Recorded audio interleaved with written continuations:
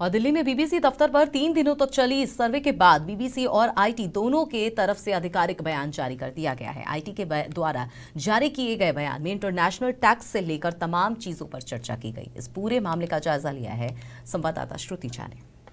14 फरवरी को बीबीसी के ऑफिस में आईटी की रेड पड़ी, जिसके बाद 3 दिन तक ये आईटी की रेड जारी रही। इस वक्त हम लोग मौजूद है उसी बीबीसी ऑफिस के बाहर। आप देख सकते हैं यहाँ का नज़ारा।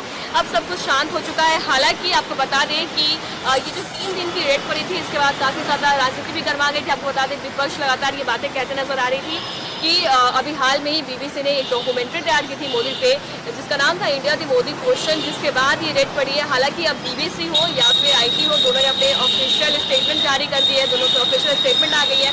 तो आपको बताते हैं कि बीबीसी और आईटी का वो ऑफिशियल स्टेटमेंट क्या है। हालांकि अभी आपको दिखा दी बिल्डिंग, इसी बिल्डिंग पे वो रेड पड़ी थी। आपको बता दें कि जो बीबीसी के द्वारा जो स्टेटमेंट जारी की गई है उसमें कहा गया है कि अब 3 दिनों के बाद जो आईटी है ऑफिस आईटी वाले हैं वो जा चुके हैं और हमारे जितने भी स्टाफ है वो काफ़ी कॉपरेटिव है, सभी ने कॉपरेट किया। काफ़ी लंबे समय तक पूछताछ चली पर सभी ने कॉपरेट किया और आगे भी सब कॉपरेट करते रहेंगे। बीबीसी के द्वारा ये स्टेटमेंट जारी की गई। वहीं आपको बता दें कि आईटी ऑफिशियल्स के द्वारा स्टेटमेंट जो जारी की गई है उसमें कहा गया है कि कुछ सबूत मिले हैं जिसमें अनपेड टैक्सेस की चर्चा की गई है। साथ ही साथ उनका कहना है कि अनडिस्क्लोज इनकम की भी चर्चा की गई है। उसमें जो कुछ एविडेंस मिले हैं उसमें अनडिस्क्लोज इनकम की भी चर्चा की गई है, जो कि इंटरनेशनल मीडिया बीबीसी है वो इसको लेके डिस्क्लोज नहीं किया अब तक इनकम को।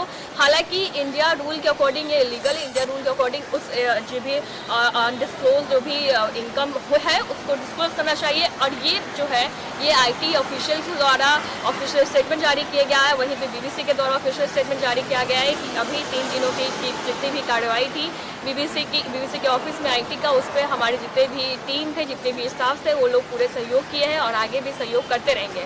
तो अब इन दोनों के ऑफिस से स्टेटमेंट आ गए। अब आगे देखने वाली बात होती है कि आगे क्या मोड़ लेता है ये। हालांकि अभी शांति हो गई है और आप देख सकते हो बीबीसी में नॉर्मल वर्किंग शुरू हो चुकी है। स्टाफ आने शुरू हो गए हैं। जो वर्क फ्रॉम होम थे वो वापस से बीबीसी ऑफिस आगे काम करना शुरू कर चुके हैं। मैं श्रुति, कैमरामैन सुमित के साथ लाइव 7।